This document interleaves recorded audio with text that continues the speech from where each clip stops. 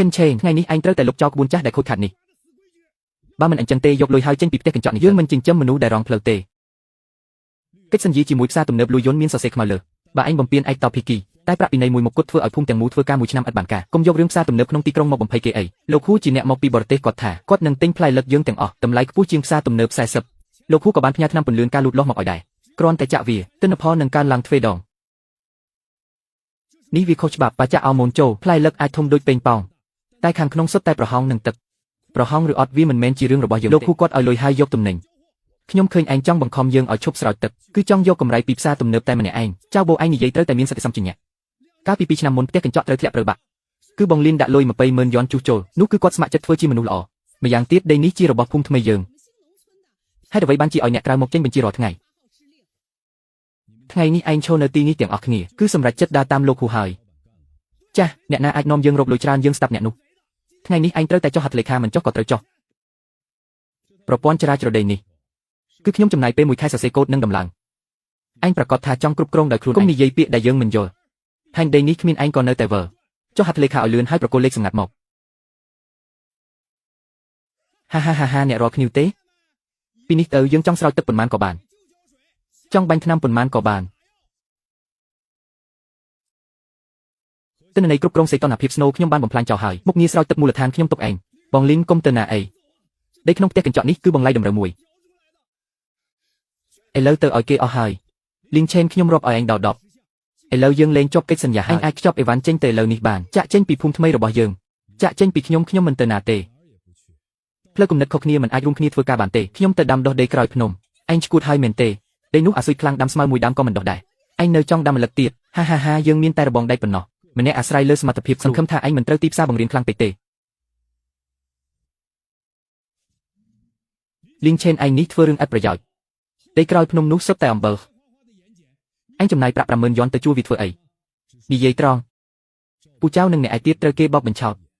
Prap pinay nâng panh hani pe ana cột. Trơ tại miên nẹ từ tua khó trơ. Ô, lục chiên chỉ nẹ chùm núi mình smart tròn. Tại đây còi phnom vi slap hơi. Đây slap có ai thưa ở ru lăng với nhau. Miên năm cái mỏ đây thmây pisa cọc chi lai cả cảm. Chỉ xa thiệp xong pi micro, anh trong ban ở vậy. Con anh ai trở lọp tới tí krong rộp lôi tràn bàn. Nhôm trong ban kết yu api vật phùm. Mà cả lật trôi dù. Mình trơ ở nhẹ chùm núi ạc rọ bằng plan tê. So xe hai bọt trà.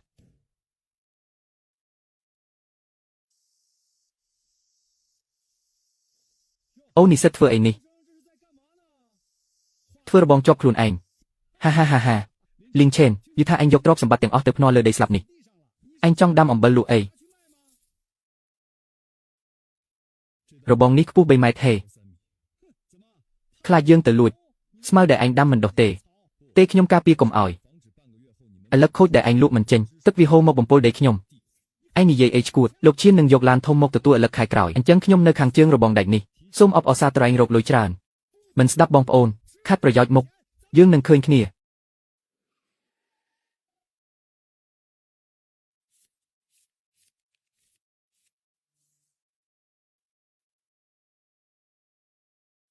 Chào chàng xuân phung thmây rồi bỏ anh chụt hai mền tề. Công tra thi nì rạp rong rồi bỏ dương mình toàn phốt cầm nọt tề. Anh hiên cặp đạch anh tiên cột cung rồi bỏ dương khang. Nè cúp krong vang nì dây bẹp ní mình sầm tề. Tha chụt ấy.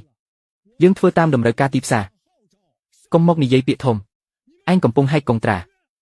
Xa tùm nợp lui yên thi nì ở anh. Cây chmú miên đầm lại bồn màn. Nè miên lui mọc pi bò tê ở đầm lại kpua. Tràn trình anh buôn đong, hai mình cầm nọt tùm hồm. Miên bồn màn dốc tiếng ọ. Ba chỉ nè lũ oi nè nà. Miên bồn màn dốc tiếng ọ. Mình cầm nọt tùm hồm. Anh vô pi tiếp xa plai lật nạc bù tê. Plai thông plom lang. Xa tùm nợp dương ở ít kết plai con mình dốc. Mình vô con mình dốc. Ai lâu dương miên nè miên lui control. Từ ngày cào xa anh trong tính dương con mình lụt. Lõ bà anh mình stop. Dương phơ tam cùng trà. Chấp bịt ngày ní. Xích cột cung đợi miên cá trút pinnet nợ phung thmây phiệt hàng tập bồn. Trời ban lục cho chỉ plơ cả. Rạp pinay ni dụ than chấp nâng cân nì ở anh. Lục có lục. Miên cá bệnh chỉ tính pi nẹ miên lùi. Nẹ na khoa pi xích riêng ấy rồi bỏ hành. Ta khang nom nhiều chênh. Dương rồi vô đã chỉ ở cô nợ lật.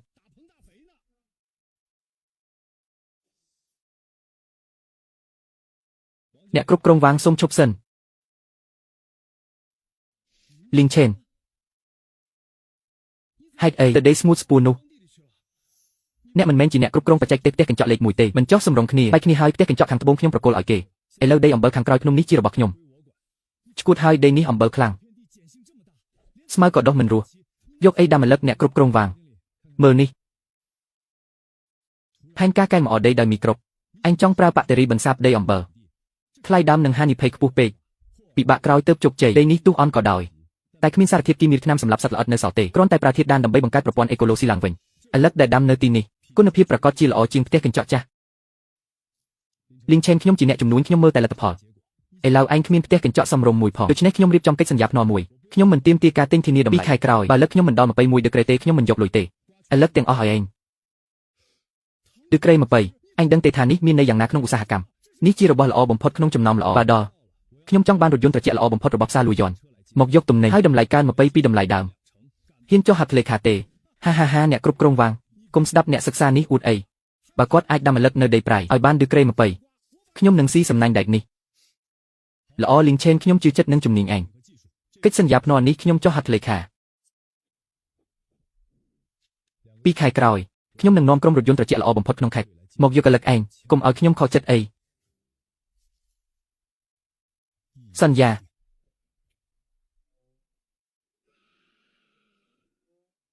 លីងឆេនឯងគ្រាន់តែរឹងរូសទេ2ខែក្រោយមើលឯងដោះស្រាយយ៉ាងណាតាឆាងត្រឡប់ទៅបន្ថែមថ្នាំឲ្យក្មេងនេះដឹងថាអ្វីទៅជាអំណាច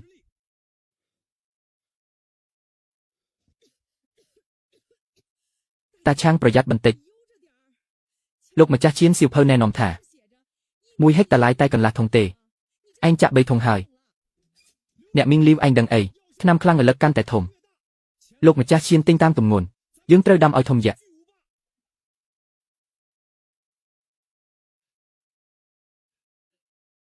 មើលគ្រប់គ្នាដាំបានតែ10ថ្ងៃទេទំហំនេះធំជាងរលឹកលីងឆេន5ដងចៅចូលរលឹកនេះធំគួរឲ្យខ្លាចតែមើលសម្បុកអលោងគ្មានស្នាមសំណាញ់ចេញមកទេកាលពីមុនលីងឆេននៅរលឹកធំបែបនេះមានស្នាមជ្រីវជ្រួញហើយសក់វែងគំនិតខ្លីវាដុះលឿនពេកទេសម្បុកមិនទាន់ប្រេះជ្រីវជ្រួញទេចាំវាធំដល់20គីឡូស្នាមជ្រីវជ្រួញនឹងចេញដោយខ្លួនឯងតាខាងនិយាយត្រូវបន្តចាក់ទឹកទៀតកុំឈប់សំបីតែមួយដំណក់បង្កើនសីតុណ្ហភាពក្នុងផ្ទះកញ្ចក់2អង្សាទៀតផ្លុំឲ្យខ្លាំងទៅតែលោកចៅដាំទំពាំងបាយជូរនេះចិត្តប្រេះដោយសារទឹកហើយពេលយកត្រជាក់ខ្ញុំខ្លាចផ្លែលឹកមិនអាចទ្រាំបានវានឹងផ្ទុះខ្លាចអីអ្នកក្លាហានរស់អ្នកខ្លាចស្លាប់អ្នកខ្លាចឃ្លានអ្នកណាហ៊ានបិទម៉ាស៊ីនទឹកគឺរងផ្លូវលុយអ្នកភូមិទាំងអស់មានរឿងអីខ្ញុំទទួលខុសត្រូវ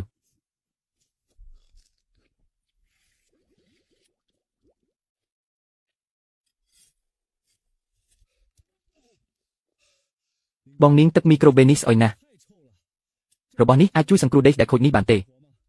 ខ្ញុំចិត្តក្អួតដោយសារក្លិនហើយនេះមិនមែនស្អុយទេនេះគឺជាបាក់តេរីឡាក់ទិកសកម្មនិងក្លិនពីការបំបែកបាក់តេរីបាស៊ីឡូស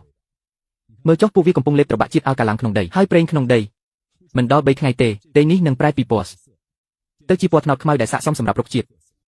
បងលីនឥឡូវនៅផ្ទះកញ្ចក់ខាងត្បូងធំជាងឥឡូវធម្មតាទៅទៀតហើយយើងផ្លែទៅតែចេញទំហំកណ្ដាប់ដៃពេលនោះយើងអាចប្រកួតជាមួយគេបានទេកសិកម្មមិនដែលប្រកួតដោយទម្ងន់ទេគឺគុណភាពឥឡូវមានស្នាមជ្រីវជ្រួញមានទម្ងន់កំណត់ត្រឹម3-4គីឡូលើសទម្ងន់នេះសរសៃខាងក្នុងនឹងបែកទាំងស្រុងពួកគេមិនមែនដាំម្លឹកទេគឺដាំបាល់ទឹកដែលរលួយផ្ទុះបានគ្រប់ពេលផ្ទុះអញ្ចឹងឥឡូវយើងត្រូវធ្វើអីធ្វើការដកចេញបងលីនហេតុអីបងរើសចោលទាំងនេះជាផ្លែលឹកល្អទេលក់បានលុយច្រើនណាស់នេះហៅថាមួយដើមមួយផ្លែកាត់មែកចំហៀងនិងផ្លែដែលលើសទាំងអស់ចោលទាំងស្រុងមានតែកាត់ផ្លូវថយក្រោយឲ្យដើមនេះគ្មានជំរឿផ្សេងវាទើបតែអាចទប់អ្វីទាំងអស់ធាតុដានដែលស្រូបយកបានចាក់សោយ៉ាងតឹងចូលក្នុងផ្លែលឹកនេះតម្លៃនេះធំពេកហើយយើងមានដីតិចហើយឥឡូវទិន្នផលយើងតិចជាងគេ1/5ដើម្បីគុណភាពខ្ពស់បំផុតតម្លៃនេះត្រូវតែចំណាយបើមិនលះបង់របស់អន់ទេមិនដែលដាំម្លឹកថ្នាក់ល្អបានទេអានិសិតបើកភ្នែកមើលឲ្យច្បាស់នេះហើយហៅថាប្រមូលផលច្រើនសប្តាហ៍ក្រោយលោកឈុនបញ្ជូនឡានមកដឹកទំនិញលីងឆេនឥឡូវនៅចំការអញឯណាយកមកប្រៀបធៀបមើលកុំថាតូចជាងកណ្ដាប់ដៃទៅលាក់ខ្លួនក្រោមស្លឹកមិនហ៊ានចេញមុខឬក៏ត្រូវទឹកអាល់កាឡាំងដុតស្លាប់អស់កុំស្អេកឥឡូវឯងគ្មានសំបីតែស្នាមសំណាញ់វាគ្រាន់តែជាឥឡូវធំមួយឲ្យជ្រូកស៊ីវាមិនស៊ីទេកូនអាក្រោះដឹងអីលោកឈុនឲ្យលុយតាមទម្ងន់អ្នកណាខ្វល់ថាមានស្នាមអត់មានទម្ងន់មានលុយ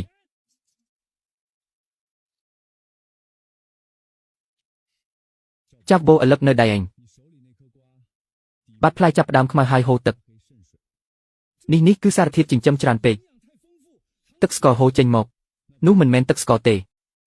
នោះគឺជញ្ជាំងកោសិកាត្រូវថ្នាំពង្រេកច្រើនពេកបំបែកសាច់ផ្លែចាប់ផ្ដើមរលួយខាងក្នុងឯងនិយាយខុសឯងគ្រាន់តែច្រណែនយើងទិនផលច្រើនឯងជាអ្នកប្រាជ្ញក្រីក្រដែលចេះតែនិយាយលើក្រដាស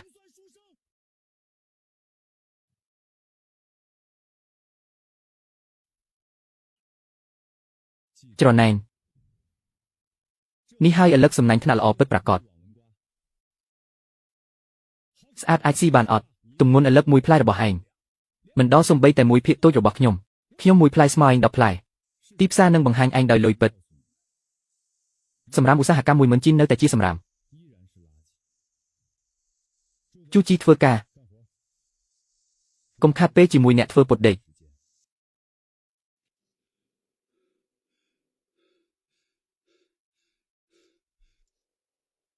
មើលអីត្រឡប់ទៅបើករួមខ្យល់ទាំងអស់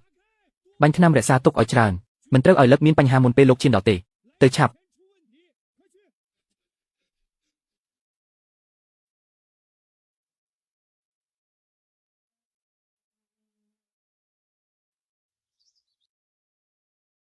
ហើយហានេះមិនមែនជាអ្នកជំនាញលីនរបស់យើងទេ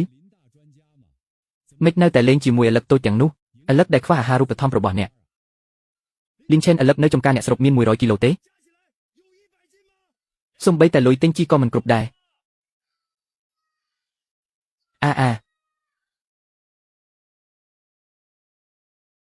សុនដាឈៀងដាក់មីក្រូហ្វូនចុះ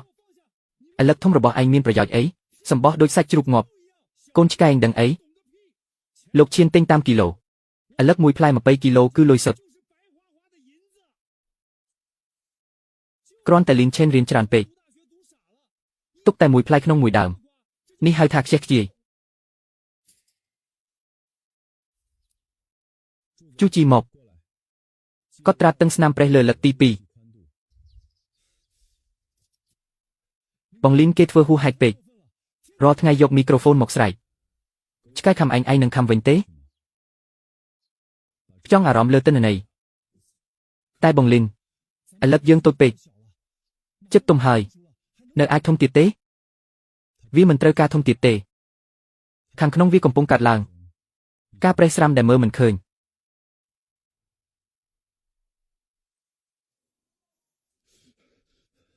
បងលីនត្រជាក់ណាស់ហើយអ្នកបាញ់អីនេះជាកាល់ស្យូមនិងបូរុនដែលរំលាយស្នាមប្រេះពិតជាស្នាមដែលកើតពីសម្បកប្រេះពេលដុសហើយជាសះស្បើយពេលថ្ងៃក្តៅខ្លាំងសាច់ឥឡឹកពង្រេកខ្លាំងប្រេះសម្បកពេលយប់ត្រជាក់ខ្លាំង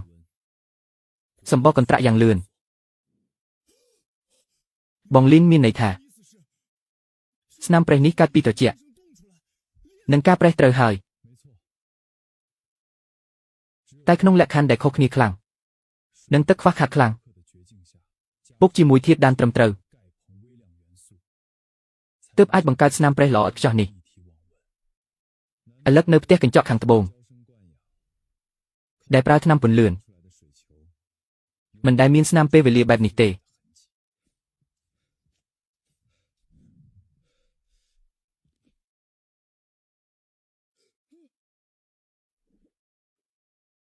នេះឥឡឹកនេះហេតុអីប្រហោងអស់ហេតុអ្វីបានជាមានរសជាតិជូរអីចឹងអ្នកណាឲ្យឯងស្រែកខ្លាំងម្ល៉េះចង់ឲ្យអាក្មេងតូចនៅខាងជើងឬទេលោកចៅឥឡឹកនេះមិនប្រក្រតីទេស្អែកនេះចៅហ្វាយឈៀនមកពីនិតហើយបើគាត់ឃើញឥឡឹកប្រហោងនេះយើងមិនបានលុយសំបីតែមួយកាក់ភ័យអីវាគ្រាន់តែជារឿងចៃដន្យតាឈៀងទៅយកថ្នាំរឹងផ្លែឈើទាំងអស់ពីក្នុងឃ្លាំងមកលោកចៅថ្នាំនោះសម្រាប់ត្រាំផ្លែប៉ោមទេបាញ់ផ្ទាល់លើលឹកទៅឥឡឹកនេះនៅអាចបរិភោគបានទេមិនបរិភោគចាំខ្សែធនទេបាញ់ថ្នាំរឹងផ្លែឈើទៅសម្បុកលឹកនឹងរឹងដូចថ្មឲ្យតែចៅហ្វាយឈៀនយកទៅស្លាប់អ្នកណាក៏មិនមែនរឿងយើងដែរល្អខ្ញុំទៅយកឥឡូវនេះយប់នេះអ្នកទាំងអស់គ្នាកុំដេកបាញ់ថ្នាំលឹកមួយផ្លែម្ដង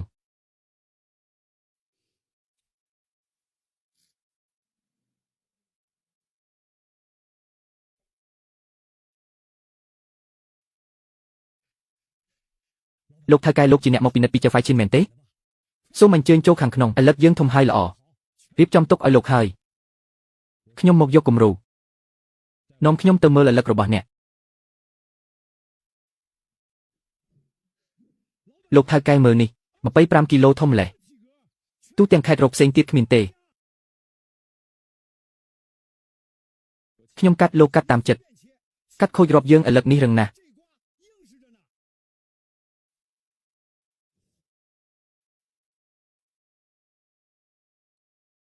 អត្រាប្រហោងលើសពី60សាច់ផ្លែចាប់ផ្ដើមរលាយនឹងបែកជាតិអ្នកកំពុងចាក់ថ្នាំពុលទេនេះជារឿងចៃដន្យលោកថៅកែមួយនេះមិនរាប់ទេសូមលោកកាត់មួយទៀត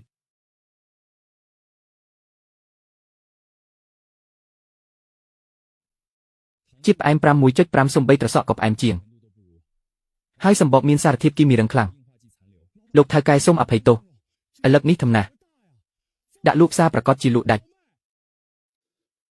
សម្រាប់បែបនេះសំបីចំណីជ្រូកក៏មិនដល់អ្នកណាហ៊ានទិញឥឡូវអ្នកគឺស្វែងរកសេចក្តីស្លាប់បងនាងអ្នកនោះកាត់ឥឡូវលោកចៅចេញជារន្ធធំមុខលោកចៅប្រែជាពណ៌បៃតងលីជីឌៀនស្វាគមន៍ការយាងមកអ្នកគ្រប់គ្រងវាំងឲ្យអ្នកមកស៊ើបការសម្ងាត់លោកលីនអ្នកគ្រប់គ្រងវាំងឲ្យខ្ញុំមកយកថ្នាំតែខ្ញុំមិនជឿភ្នែកខ្លួនឯងទេគម្លាតសំណាញ់នេះមិនលើសពី 0.1 មីលីម៉ែត្រទេពណ៌ខាងក្រោមនេះសុទ្ធពេកហើយនេះមិនមែនជាផលិតផលកសិកម្មទេនេះជាស្នាដៃសិល្បៈមិនទាន់ដល់ដែនកំណត់របស់ឧបករណ៍កាត់ទឹកទេតែអាចវាស់បានហើយ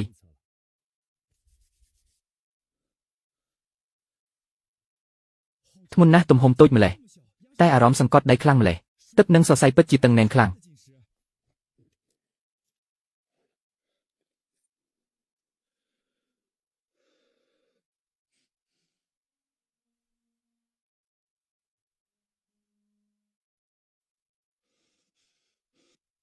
ល្អឥតខ្ចោះណាស់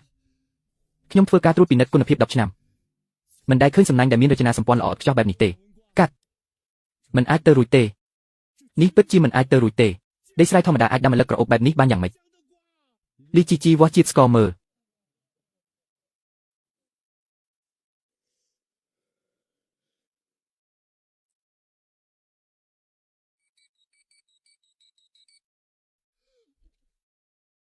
ហា21.5 មិនទាន់ដល់ក្លឹងឃើញ 21.5 ត្រឹមម៉ោងទៀតឯងឈួតហើយឯងបង្កើតអច្ឆរិយៈឈ្នះហើយបងលីយើងឈ្នះហើយលីជីទៅប្រាប់អ្នកគ្រប់គ្រងវាងរៀបចំរថយន្តត្រជាក់កម្រិតខ្ពស់បំផុត5ថ្ងៃទៀតមកទទួលទំនិញឲ្យទាន់ពេលច្បាស់ណាស់ខ្ញុំនឹងទៅរាយការណ៍ភ្លាមទំនិញល្អថ្នាក់ខ្ពស់បែបនេះអ្នកគ្រប់គ្រងវាងពិតជាមកជាមួយក្បួនរថយន្តដោយខ្លួនឯង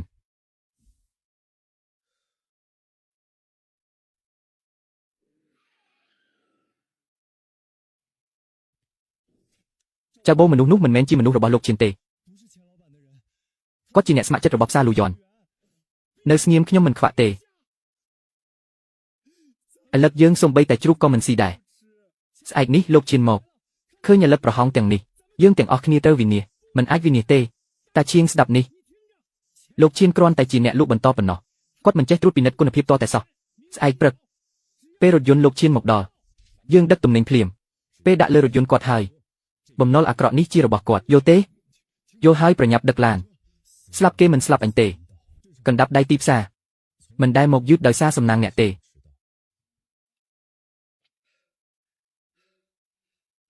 តាខាងប្រញាប់ឡើងក្តៅណាស់ថ្ងៃនេះផ្លែយ៉ាក់ទាំងនេះត្រូវដឹកទៅផ្សារដុំក្នុងក្រុងមុនថ្ងៃត្រង់លោកឈៀនកុំបារម្ភនេះជាផ្លែលឹកដើមរដូវធំជាងគេក្នុងភូមិធានាថាលោកលក់បានថ្លៃល្អសម្បកស្ដើងម្លេះតាចៅអ្នកស្រោចទឹកច្រើនពេកទេលោកឈៀននឹងឲ្យសម្បកស្ដើងសាច់ច្រើនលោកក្លឹងមើលទម្ងន់នេះធានាថាលើគេខាងក្នុងប្រហែលរលួយអស់ហើយត្រូវប្រញាប់លក់ចេញបោកអ្នកដុំដំបងហើយរត់អូខេនេះជាប្រាក់មុន 10,000 យ៉នសល់ខ្ញុំនឹងសងពេលលក់ដុំអស់ភ្លាមអរគុណលោកឈៀនចិត្តធំកុំបារម្ភចំនួនក្រោយផលច្រើនជាងយើងចង់បានលុយហើយ ខ្ញុំថាតាមលោកឈៀនមិនខុសទេប្រញាប់ជួសជុលកុំឲ្យខាតពេល1នាទីចេញពីភូមិនេះមិនទទួលដូរទេ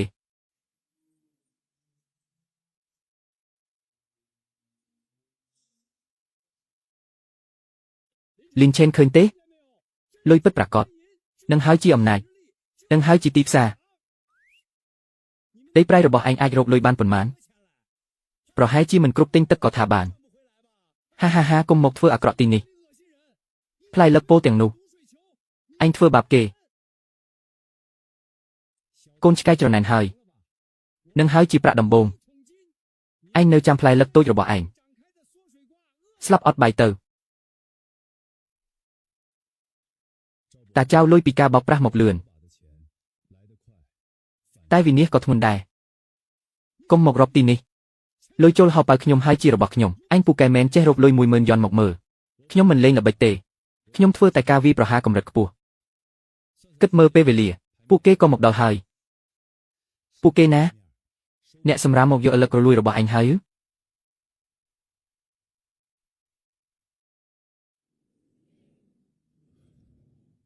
នេះ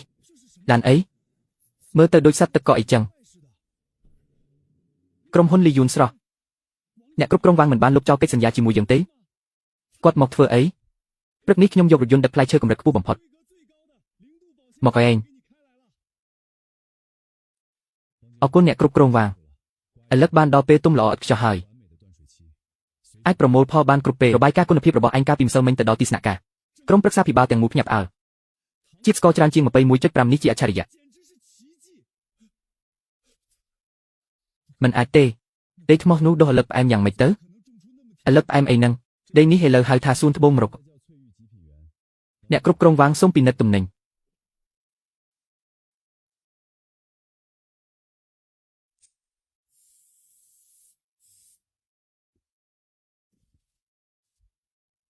បាត់ឥលឹកនេះមួយត្រូវគ្មានមេរោគនិងការពារកុំឲ្យប៉ះទង្គិចនេះជាទំនិញប្រណិតសម្រាប់សារទំនើបយើងអ្នកគ្រប់គ្រងវាងប្រអប់នេះមានកូដ H1 នេះជាប្រព័ន្ធតាមដាន blockchain គ្រាន់តែស្កេនអាចមើលឃើញឥលឹកនេះនៅដីប្រៃរបស់ Lin Chen នៅក្នុងដីប្រៃសីតុណ្ហភាពប្រចាំថ្ងៃពន្លឺនិងការប្រែប្រួលជាតិស្ករ Lin Chen ទិន្នន័យកែលម្អដីដោយបាក់តេរីរបស់ឯងคล้ายជារឿងទីផ្សារកម្ពុជារបស់យើងរឿងត្រូវមានគុណភាពគ្រប់គ្រាន់អ្នកគ្រប់គ្រងវាងការបញ្ជាទិញជាមុនយ៉ាងម៉េចដែរលក់ដាច់ខ្លាំងយើងដាក់រូបភាពនិងទិន្នន័យឥលឹកត្បូងមរុកក្នុងក្រុមអតិថិជនកម្រិតខ្ពស់ក្នុងរយៈពេលកន្លះម៉ោងប្រអប់អំណោយ 1000 ត្រូវបានទិញអស់តម្លៃមិនត្រឹមតែឡើង20តាមកិច្ចសន្យាទេតម្លៃលក់រីចុងក្រោយគឺ500 យ៉នក្នុងមួយផ្លែប៉ុន្មានឥលឹកមួយផ្លែ500 យ៉នហាបងប្រុសពេលឃើញរបស់ល្អពិតតម្លៃគ្រាន់តែជាលេខទេថ្លៃខ្លាំងអតិថិជនចង់បានរបស់ឥតខ្ចោះស្នាដៃសិល្បៈ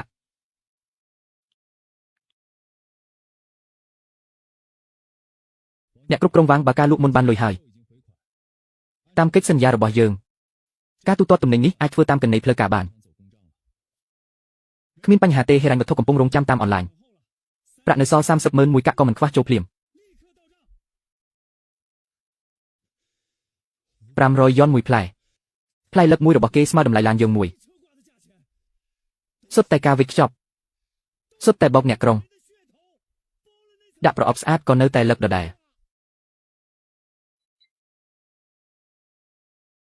ជប់ធ្វើការទាំងអស់គ្នាសិន2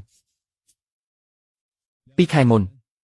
អ្នកទាំងអស់គ្នាប្រឈមមុខនឹងការចំអកពីភូមិមកតាមខ្ញុំដល់ដីស្លាប់នេះថ្ងៃនេះជាថ្ងៃសន្យាតាមកិច្ចសន្យាចែកភាគហ៊ុនដើមលុយដំបូង 30,000 ចូលហើយដកថ្លៃដើមនិងថវិកាស្រាវជ្រាវនៅសល់ 15,000 ឥឡូវចែកប្រាក់រង្វាន់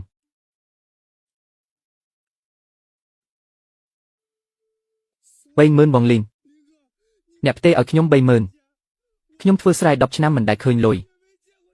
ច្រើនម្លេះទេអរគុណលោកអ្នកជំនាញលីលុយវះកាត់ម្ដាយខ្ញុំមានហើយប្រុសមានតម្លៃកុំលុតជង្គង់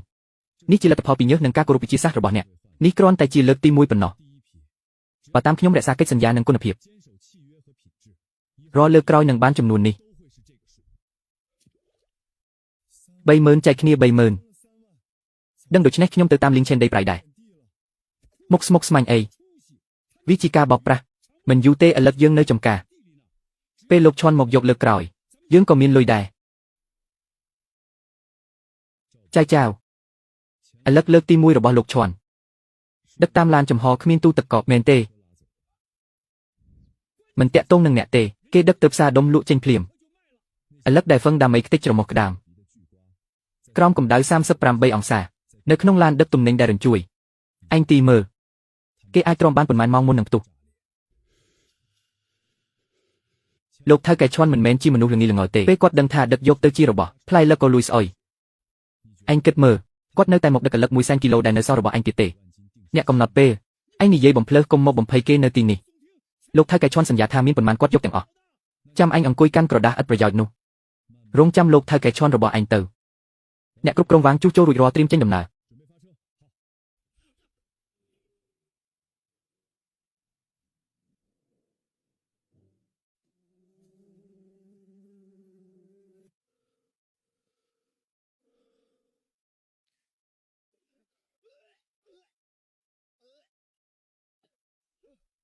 ក្លិនអីនឹងឥឡូវទាំងអស់រលងអស់តាជាវកំប៉ះទឹកក្នុងឥឡូវនេះឆ្អិនអស់ហើយសម្បកស្ដើងដូចក្រដាសប៉ះបន្តិចផ្ទុះអ្នកណាឲ្យឯងប៉ះនេះជាទំនិញដែលលោកថៅកែឈុនបានបញ្ជាទិញខូចហើយអញសងបានទេចៅបូមិនមែនខ្ញុំបំបែកទេវាផ្ទុះដោយខ្លួនឯងក្នុងផ្ទះកញ្ចក់នេះឥឡូវយ៉ាងតិចពាក់កណ្ដាលបាត់ព្រះអស់ចៅបូលោកថៅកែឈុនមកដឹកទំនិញនៅពេលណាកម្ដៅបែបនេះទុកមួយថ្ងៃទៀតឥឡូវរាប់លានគីឡូរបស់យើងនឹងរលួយអស់នៅក្នុងចំការខ្ញុំកំពុងទូរស័ព្ទទៅគាត់ច្បាស់ជាស្ទះផ្លូវដឹកជើងទី1គាត់ចំណេញច្រើនមិនអាចមិនមកទេ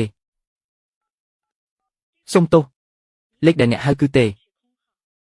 សុំទោសលេខដែលអ្នកហៅមិនមានទេម្សិលមិញនៅហៅបានហេតុអីស្រាប់តែខ្លាចជាលេខទេ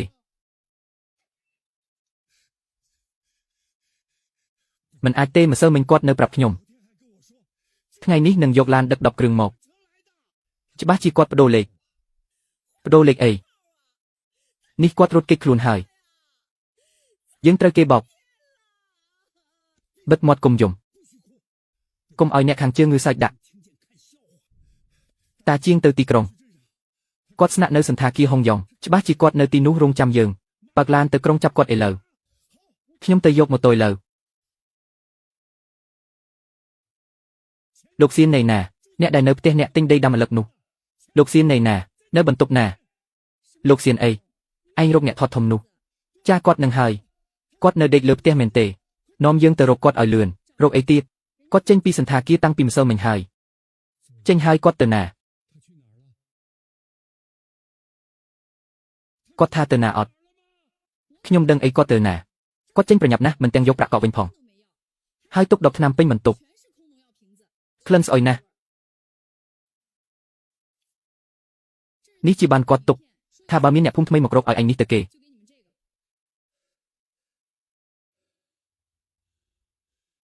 ឡូវដឹកទី1រលួយអស់តាមផ្លូវខ្ញុំខាតថ្លៃដឹកប្រាក់កក់ទុកជាសំណងឲ្យខ្ញុំឥឡូវក្រោយឯងរក្សាទុកញ៉ាំខ្លួនឯងចុះអស់ហើយអស់ទាំងអស់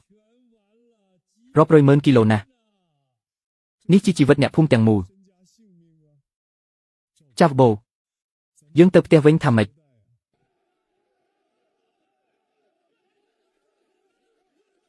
ចៅឆាងសួយលោកសៀនណៃណាអញថាទៅក្រុងរកគាត់មកវិញណាអត់ពាក្យចៅឆាងសុនកុំធ្វើពុតជាតិពីមុនអញហ៊ានធានាថាលោកសៀននឹងទិញឥឡូវទាំងអស់យើងតាមអញលុបចោលកងត្រាផ្សារចំណាយប្រាក់រាប់ម៉ឺនទិញថ្នាំជំរុញឥឡូវខូចអស់ក្នុងចំការអ្នកលក់ថ្នាំមកចាំទាលុយមកផ្ទះខ្ញុំលុយនេះឯងត្រូវសងលុយចែកប្រាក់កក់ពីលោកសៀនឲ្យយើងឆ្លោះអីដីនេះគួរតែជាប្រាក់កក់ផ្ទះខ្ញុំតែ10000អ្នកភូមិទាំងអស់គ្រប់គ្រាន់អីអញហ៊ានឆ្លើយតបទៀតពីមុនអញនឹងហើយដែលញុះញង់គេចាក់ថ្នាំថ្ងៃនេះមិនឲ្យចម្លើយទេឯងណាម្នាក់ក៏មិនត្រូវចេញទៅណាដែរ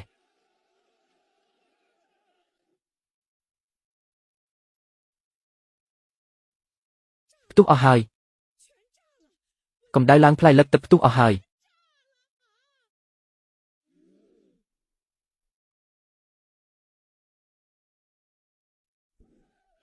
លុយខ្ញុំទៅណាអស់ឥឡូវខ្ញុំអស់ហើយព្រះអើយអញចង់ឲ្យយើងស្លាប់ហើយមែន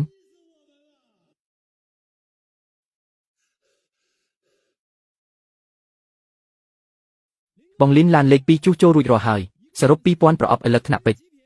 ប្រអប់នីមួយស្កេនកូដរួចរាល់ទាំងអស់កម្ដៅកំណត់នៅ4អង្សាសេប្រាប់អ្នកបើកបរឲ្យចេញដំណើរភ្លាមយល់ព្រមលោកអ្នកជំនាញលីនធានាក្នុងរយៈពេល2ម៉ោងដឹកដល់ឃ្លាំងកណ្ដាលក្នុងទីក្រុងលោកចាវបូម្សិលមិញឯងនៅកាន់លុយ 10,000 យ៉នមកចំអកយើងទេចំអកយើងមែនលីងឆេនជួយខ្ញុំផងលីងឆេនមើលមុខថាយើងជាអ្នកភូមិតែមួយសូមឲ្យផ្សារលូយ៉នទិញឥឡូវយើងផងគ្រាន់តែឲ្យយើងដាំវិញក៏បានចាវបូជំនួយមិនមែនធ្វើសប្បុរសធម៌ទេឥឡូវពលដែលចាក់ថ្នាំជំរុញទាំងនោះឲ្យផ្សារលូយ៉នដោយឥតគិតថ្លៃផ្សារលូយ៉ននៅតែខ្លាចថាវាធ្វើឲ្យកន្លែងត្រជាក់គេខ្វក់លីងឆេនយើងខុសហើយយើងងឹតមុខដោយលោភលន់ជួយអង្វរលោកអ្នកគ្រប់គ្រងវាំងឲ្យយើងផងថែមទាំងតម្លៃប៉ុន្មានសេនក្នុង1គីឡូក៏បានពេលឯងហែកកិច្ចសន្យាឯងគិតពីស្មារតីកិច្ចសន្យាពេលឯងចាក់ថ្នាំយ៉ាងឆ្កួតឯងគិតពីសុវត្ថិភាពចំណីអាហារមេឃឲ្យឱកាសឯងហើយតែឯងជ្រើសរើសយកតែលោភលន់ឥឡូវសូមឲ្យឯងលេបជូរចត់នេះដោយខ្លួនឯងជូរចត់មិនអាចអង្គុយចាំស្លាប់បែបនេះទេលីងឆេនមិនជួយយើងទៅរកតាជីវដោយខ្លួនឯងរើសឥឡឹកដែលខូចចេញទាំងអស់ដាក់ឡានតូចឯងឥតប្រយោជន៍ទេចាស់បូឥឡឹកនោះមិនអាចទ្រាំរញ្ជួយបានទេមិនទាន់ដល់ទីក្រុងក៏បែកអស់ហើយទោះបែកជាដុំក៏ត្រូវដឹកទៅមុខផ្សារលូយ៉នលោកអ្នកគ្រប់គ្រងវាំងចិត្តទុនបើយើងភូមិទាំងមូលទៅលុតជង្គង់មុខផ្សារគាត់នឹងទិញដើម្បីរក្សាកេរ្តិ៍ឈ្មោះផ្សារត្រូវហើយទៅធ្វើសម្លេងអ្នកមានលុយមិនខ្លាចអ្នកក៏ទេយើងទាំងភូមិចាស់ក្មេងឈឺខ្សោយទៅឈរនៅមុខគាត់ផ្សារទំនើបមើលថាគាត់ហ៊ានមិនជួយទេ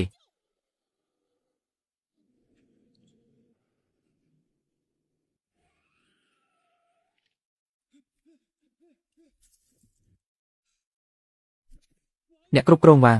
ជួយផងបងប្អូនភូមិថ្មីរស់មិនកើតទេផ្សារទំនើបលួយអុយមិនជួយសង្គ្រោះផ្លែលឹកយើងធំលេះហេតុអ្វីគេមិនយក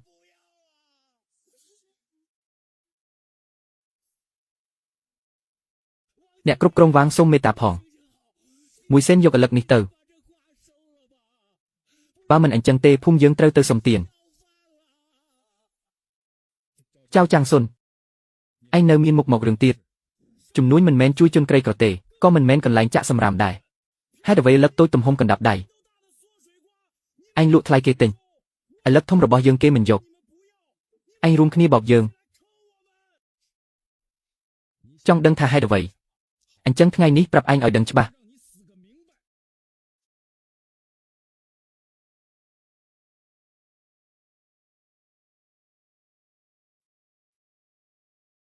ឥឡូវលេខ 5,599 ពីព្រលឹមសម្រាប់អ្នកស្រែ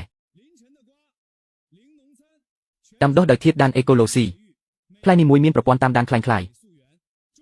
ជាតិស្ករ 21.5 រសជាតិដូចការ៉េមឯងប្រើថ្នាំហាមឃាត់ច្រើនជញ្ជាំងកោសិកាបែកចន្លោះប្រហោងច្រើនមិនត្រឹមតែមិនបានស្តង់ដារថែមទាំងប៉ះពាល់សុខភាពឯងហែកកិច្ចសន្យាបាត់បង់ភាពស្មោះត្រង់ឯងប្រើថ្នាំហួសកំណត់បាត់បង់គុណភាពហើយប៉ូលីសចាប់គេពីបទបង្ករឿងហើយប្តឹងអនាម័យថាគេលក់ថ្នាំពុលផលិតផលកសិកម្មគ្រោះថ្នាក់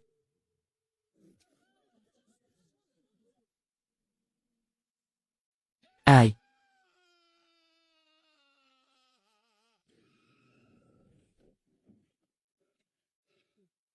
មានរឿងអីចៅចាំងសុនឯងរត់ទៅណាថ្ងៃនេះត្រូវសងលុយឲ្យចប់អត់លុយចៅហ្វាយរត់បាត់ផ្សារក៏មិនទិញឥឡូវខូចអស់លោកលីវសុំមេត្តាផងពន្យាពេលប៉ុន្មានថ្ងៃយើងអស់ផ្លូវហើយពន្យាពេលឯងទិញថ្នាំពន្លូតនិងថ្នាំទុំនិងថ្នាំរក្សាទឹកខ្ញុំហ៊ានសន្យាលុយជីនឹងថ្នាំសម្រាប់សត្វល្អិត 80,000 យ៉នថ្ងៃនេះបើថ្ងៃនេះយកមិនបានខ្ញុំនឹងទៅតុលាការសុំឲ្យបង្ខំអនុវត្តកុំទៅតុលាការអីទៅតុលាការយើងបាត់ផ្ទះអស់ជំពាក់លុយគេត្រូវសងវាជារឿងធំឯងលក់ដូរអីក៏បានតែត្រូវរកឲ្យគ្រប់ប្រុសទៅយកត្រាក់ទ័រនិងម៉ាស៊ីនស្រែក្នុងទីធ្លាគេអូសយកមកសងបំណុលទាំងអស់ផលកម្មហើយនេះជាផលកម្មមេឃងឹតភ្នែកហើយ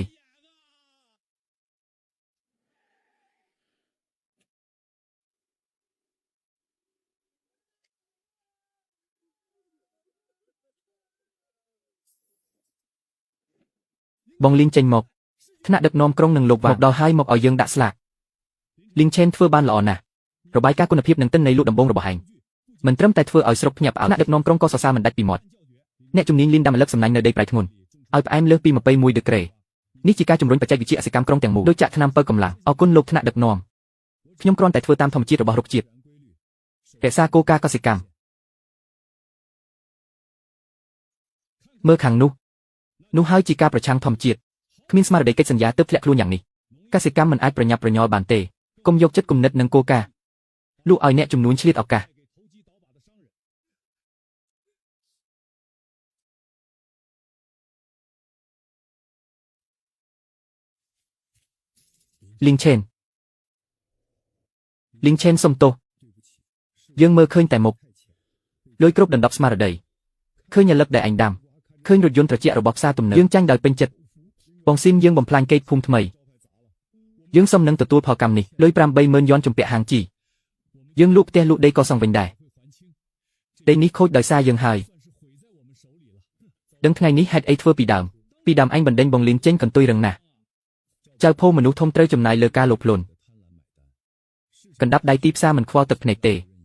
ថ្ងៃនេះខ្ញុំមកមិនមែនសុំខ្ចីលុយទេ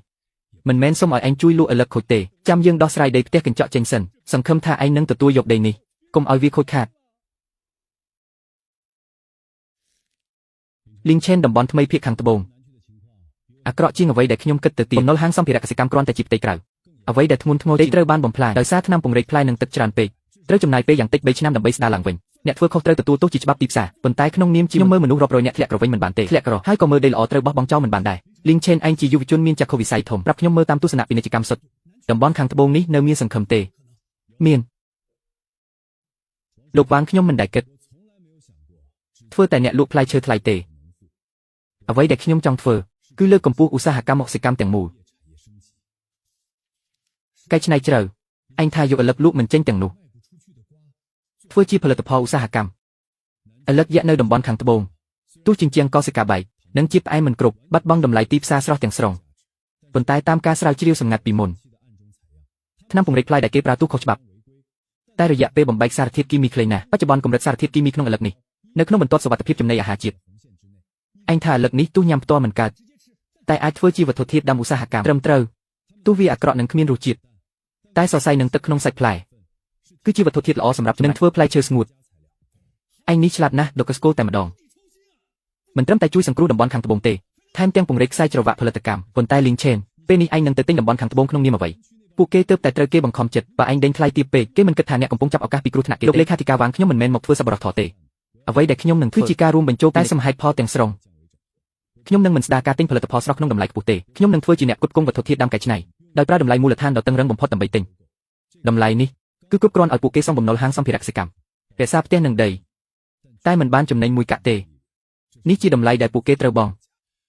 វិធីសាស្ត្រខុសខើណាស់តែជាច្បាប់ដែលមានប្រសិទ្ធភាពបំផុតបើមិនធ្វើឲ្យពួកគេឈឺចាប់ខ្លាំងពួកគេមិនដែលរៀនពីស្មារតីកិច្ចសន្យាទេទៅធ្វើចុះខ្ញុំនឹងផ្ដល់ភ្លើងបៃតងពេញលេញលើការអនុម័តគោលនយោបាយនិងដីរងគុណលោកលេខាធិការស្អែកខ្ញុំនឹងនាំក្រុមច្បាប់ទៅរុះរើបងលុះនោះដោយខ្លួនឯងបងលីនអេស្កាវ៉ាតត្រៀមហើយរស់ទេរស់លីងឆេនអ្នកធ្វើអីនេះចៅពៅខ្ញុំមកទិញឥឡឹកអ្នកព្រមទិញឥឡឹកយើងតាមតម្លៃផ្សារទំនើបហើយឬក្បាលអ្នកដាក់ថ្នាំពង្រេកផ្លៃអីលោកចៅយើងតំណាងក្រុមហ៊ុនកសិកម្មអេកូឡូស៊ីឆេនខ្វាងសូមដាក់សំណើទិញជាផ្លូវការទីតាំងទិញគឺឥឡឹកយកដែលមិនទាន់រលួយទាំងអស់នៅតំបន់ខាងត្បូងតម្លៃទិញគឺ2ម៉ៅក្នុង1គីឡូ2ម៉ៅនេះមិនគ្រប់ថ្លៃជីគីមីទេលោកជៀនដាំឡើយឲ្យ2យ៉នក្នុង1គីឡូនេះចាប់ឱកាសពីគ្រោះថ្នាក់គេពូចៅនោះជាតម្លៃសំណល់ឧស្សាហកម្មឥឡឹកអ្នកសុំតែចូលម៉ាស៊ីនច្របាច់និងលសម្ងួត2ម៉ៅគ្រប់គ្រាន់ឲ្យអ្នកសងបំណុល80000យ៉នរបស់លីផាំងសៃសម្បត្តិខ្ជិលសារផ្ទះអ្នកមិនឲ្យតុលាការរឹបអូសចុះហត្ថលេខាឲ្យអ្នកមិនចំណេញមួយកាក់ទេតែអាចរក្សាជីវិតបើមិនចុះចាំតុលាការមកបិទត្រាខ្ញុំឲ្យអ្នក30វិនាទីគិតចាប់ផ្ដើមរាប់ពេលហើយនៅសល់20វិនាទីទៀតលៀងឆេនឯងធ្វើហួសហើយថែមទាំងមិនសល់លុយទិញគ្រាប់ពូជវិញផងលោកចៅសូមប្រយ័ត្ននេះហួសពីការវិតម្លៃទីផ្សារជាតម្លៃជួយសង្គ្រោះដែលចរចាប្រើថ្នាំបំពន់និងថ្នាំពង្រេកហួសអត្រាស្ងួតលើ 60% បើតាមនីតិវិធីសម្អាតសម្រាមធម្មតាលោកត្រូវបង់ថ្លៃបំពុលបរិស្ថានថ្លៃខ្ពស់ទៅការិយាល័យបរិស្ថានលោកចៅសូមចុះហត្ថលេខាចុះឲ្យលឿនបើនៅបង្អង់ទៀតលោកលើវថតនឹងនាំមនុស្សមករូបផ្ទះយើង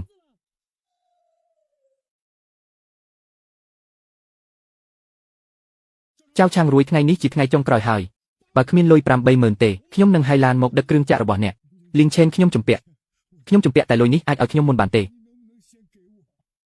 មិនបានទេលោកមេធីវីលីកិច្ចសន្យាបន្ថែមលក្ខខណ្ឌប្រាក់ទិញទាំងអស់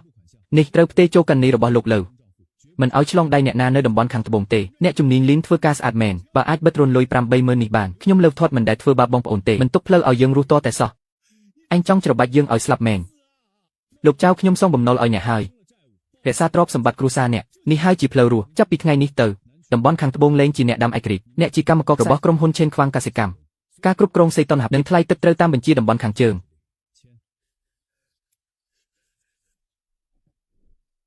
លោកលើសូមពិនិត្យឲ្យកណនីលុយ 80000 នឹងចូលក្នុង1នាទីអ្នកជំនាញលីនមានសមត្ថភាពមែនពីនេះទៅការផ្គត់ផ្គង់កសិកម្មថ្មីខ្ញុំនឹងបញ្ចុះតម្លៃ 20% ជួជឿប្រាប់ក្រុមសំណងគ្រឿងចាក់ធំអាចចូលបានបងលីនបញ្ជារថយន្តចូលភូមិនេះជាសត្វអ្វីទៅហេតុអ្វីបានជាគេយករោងចក្រមកដាក់ក្នុងភូមិយើងមិនដែលឃើញអីទេមែនទេនេះជាម៉ាស៊ីនធ្ងន់នាំចូលពីអាល្លឺម៉ង់ម៉ាស៊ីនសម្ងួតបូមធូលីត្រជាក់ហើយមានធុងចម្រាញ់ផ្លែឈើស្រស់ផងអង្គភាពទី1ដាក់នៅកន្លែងទី3លើដីទំនេរក្រៅផ្ទះកញ្ចក់ប្រយ័ត្នរក្សាកម្រិតឲ្យបានត្រង់ភ្ជាប់ខ្សែភ្លើងទៅបណ្ដាញមេភ្លៀង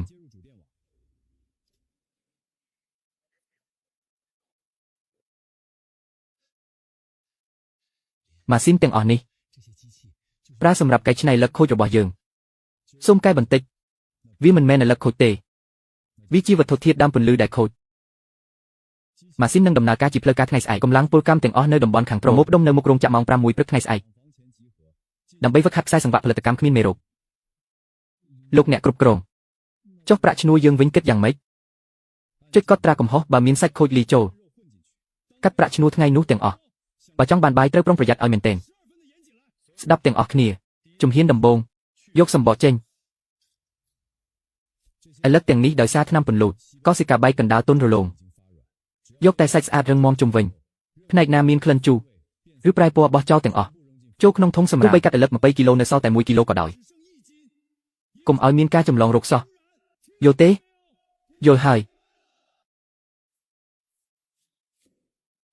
អាយុទ្ធណាស់កាត់ចោលអស់លុយ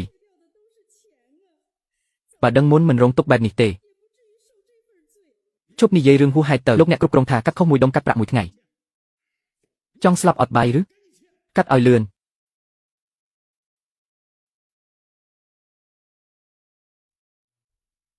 ចាប់ផ្ដើមបូមធូលីសេតុនហភាពធ្លាក់ដល់ដក40អង្សាបើកដំណើរការសម្ងួតដោយការបំលែង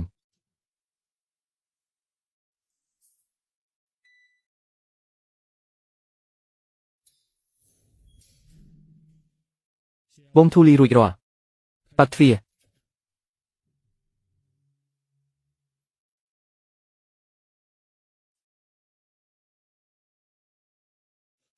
លោកអ្នកគ្រប់គ្រងក្លិននេះអស្ចារ្យណាស់ជាងរលឹកល្អឯកនៅតំបន់ខាងជើងខ្លាំងជាង10 ដងបច្ចេកវិទ្យាសម្ងួតត្រជាក់ក្នុងបរិយាកាសខ្វះចន្លោះសេតុនហភាពដក40ទឹកប្រែពីទឹកកកទៅជាឧស្ម័នភ្លាមគ្រោងកោសិកាសាច់ផ្លែត្រូវបានរក្សាទុកយ៉ាងល្អឥតខ្ចោះគ្មានការរួញតូចឬប្រែទម្រង់ទេសំខាន់បំផុតវាចាប់យករសជាតិទាំងអស់ទុកសាកមើលអូផ្អែមពេកហើយនេះមិនមែនជាផ្លែដែលយើងដាំទេផ្លែជូរស្រាលទាំងនោះរឿងនេះមិនអាចទៅរួចទេព្រះអើយផ្អែមជាងដាក់ស្ករសិបនិមិត្តទៅហើយអារម្មណ៍ពេលញ៉ាំដូចញ៉ាំបន្ទះឈីបអស្ចារ្យណាស់គ្មានអ្វីដែលមិនអាចទៅរួចទេផ្លែត្រសក់ទាំងនោះទោះជាតិស្ករត្រូវទឹករំលាយក៏ដោយតែបរិមាណសារធាតុស្ងួតសរុបមិនប្រែប្រួលទេបូមទឹកចេញ95នៅសល់5ជាខ្លឹមសារសុទ្ធសាធនេះហៅថាផ្លែត្រសក់ស្ងួតកាឡូរីអ្វីដែលអ្នកគិតថាគ្មានតម្លៃតាមរយៈបច្ចេកវិទ្យាទំនើបនិងស្តង់ដារតឹងរឹងបំផុតឥឡូវតម្លៃវាឡើងដល់30 ដងលោកលីនខ្ញុំចៅឆាងឈៀងសូមកោតសរសើរពេញមួយជីវិតខ្ញុំកោតហើយពីនេះទៅលោកបង្កប់ទៅណាតំបន់ខាងត្បូងធ្វើតាមគ្មានសំណួរទេ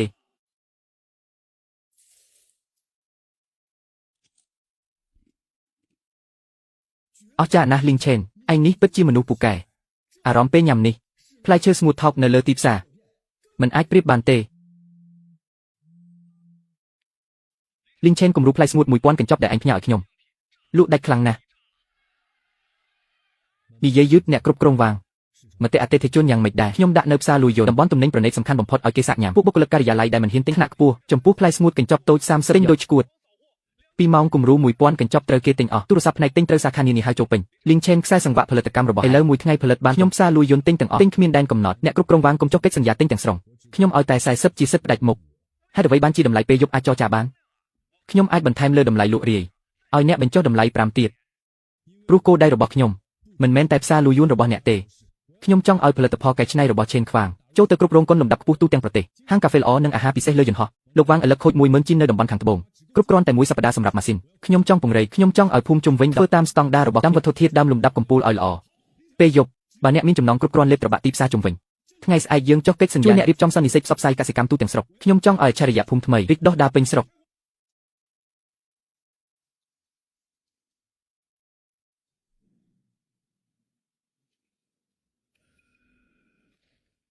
ឈប់ថង់នេះខ្លី2មីលីម៉ែត្រយកចុះមកធ្វើវិញលោកចៅហ្វាយចៅភ្នែកល្អណាស់ខ្ញុំនឹងកែសម្រួលសម្ពាធម៉ាស៊ីនបិទលេខ2ភ្លាមចៅចាស់ឥឡូវអ្នកតឹងរឹងខ្លាំងជាងលោកលីនពេលបង្កើតរោងចក្រដំបូងទៀតមិនតឹងរឹងមិនបានទេលោកលីនប្រកល់ភារកិច្ចត្រួតពិនិត្យគុណភាពឲ្យខ្ញុំនេះជាចង្ហាន់របស់អ្នកភូមិយើងទាំងមូលអ្វីដែលបោះពុំភ្លើវេចខ្ចប់គឺជាម៉ាករបស់ឆេនខ្វាងកសិកម្មបើខូចម៉ាកគឺខូចជីវិតកូនចៅជំនាន់ក្រោយខ្ញុំមិនមែនខ្ញុំទទួលបានប្រាក់ខែសំណងជាង8000យន់ជាងពេលមុនដែលខ្លាចគ្រប់ពេលបាញ់ថ្នាំប្រសើរជាង100ស្អាតដែលរកបានដោយស្មោះត្រង់ដេកយប់ក៏សុខដែរលេងខ្លាចចៅហ្វាយឆាងយកលុយរត់ទៀត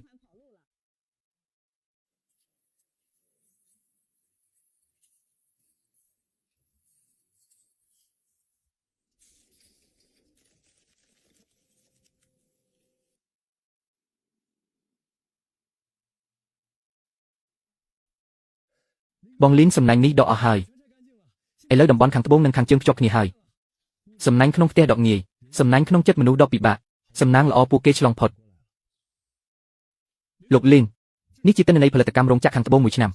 អត្រាលំហូរនិងគុណភាពល្អខ្លាំងសូមលោកមើលអត្រាគុណភាពល្អ 99.8 បងចៅបបោអ្នកជាប្រធានរោងជាងនេះធ្វើបានល្អជាងអ្វីដែលខ្ញុំគិតទៀតលោកលីន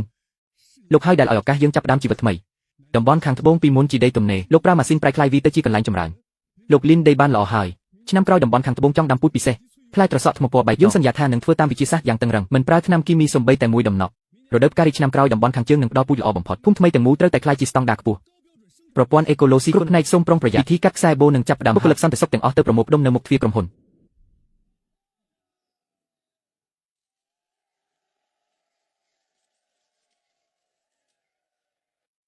លីងឆេនផ្លែត្រសក់ស្ងួតរបស់យើងបានចុះកិច្ចសន្យាជាមួយក្រុមហ៊ុនអាកាសចរធំ3ក្នុងស្រុកសម្រាប់ថ្នាក់ទី1ឆ្នាំក្រោយបរិមាណបញ្ជាទិញនឹងកើនឡើង3ដងដោយការរំពឹងទុកបើយើងរក្សាគុណភាពបានទីផ្សារកម្រិតខ្ពស់នឹងចុះចូលដោយខ្លួនឯងជឿជាក់លើសមិទ្ធទាំងអស់ថ្ងៃនេះជាថ្ងៃដ៏មានកិត្តិយសក្នុងប្រវត្តិសាស្ត្រកសិកម្មភូមិជាថ្ងៃដ៏ភ្លឺស្វាងបំផុតសមិទ្ធលីងឆេនបានដឹកនាំភូមិថ្មីពីការជិតខ្សែមកដល់ការតស៊ូយ៉ាងខ្លាំងខ្លាចជាមជ្ឈមណ្ឌលកែច្នៃផ្លែត្រសក់ធំជាងគេក្នុងខេត្តជាមូលដ្ឋានផលិតកម្មកាលពីមុនសមិទ្ធខ្លះមើលឃើញតែរឿងខ្លីជឿលើរឿងបំភ្លើជឿលើការរកស៊ីខុសច្បាប់ចប់តែរឿងឈឺចាប់ខ្លួនឯងការពិតបានបង្ហាញមានតែការគោរពធម្មជាតិពឹងផ្អែកលើបច្ចេកវិទ្យារឹងមាំនិងកាន់ភ្ជាប់នៅស្មារតីកិច្ចសន្យាទើបជាផ្លូវត្រឹមត្រូវតែមួយគត់ដើម្បីកសិកម្មចម្រើននេះហើយជាឆ្អឹងខ្នងរបស់កសិករថ្មីក្នុងប្រទេសធំ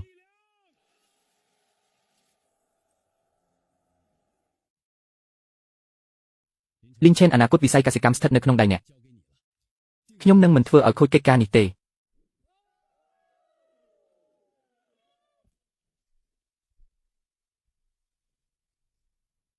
បងប្អូនកសិកម្មគឺជាការហាត់ចិត្ត